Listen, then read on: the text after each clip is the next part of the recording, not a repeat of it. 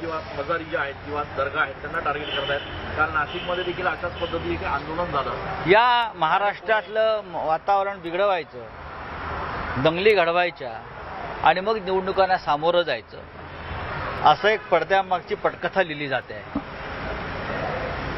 ज्या पद्धतीनं उद्धव ठाकरे यांच्या नेतृत्वाखालील शिवसेनेला आणि महाविकास आघाडीला लोकांचा पाठिंबा मिळतो, त्याच्यामुळे भारतीय जनता पक्ष आणि त्यांचे बगलबच्चे हे हादरलेले आहेत. आणि आमच्याशी सामना करण्यासाठी मग काय करायचं तर जाती आणि धार्मिक तेढ निर्माण करायची आणि आपण म्हणतात त्याप्रमाणे असे विषय निर्माण करून दंगली घडवायच्या आणि पुन्हा एकदा या राज्यात आणि देशामध्ये भीतीचं वातावरण निर्माण करून निवडणुकांना सामोरं जायचं, असा एकंदरीत कारस्थान दिसत आहे.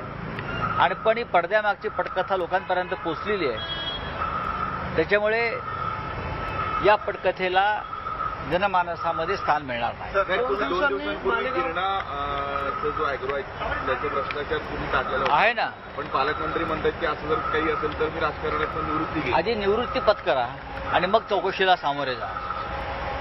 त्या संदर्भात रितसर तक्रारी नव्यानं दाखल होतील.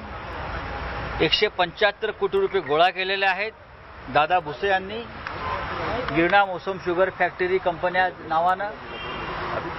त्या गिरणा साखर कारखान्याच्या पुढे काय झालं, हे 75 कोटीच्या हिशोबाचं काय झालं, आणि तुम्ही दाखवले किती 1.5 कोटी रुपये.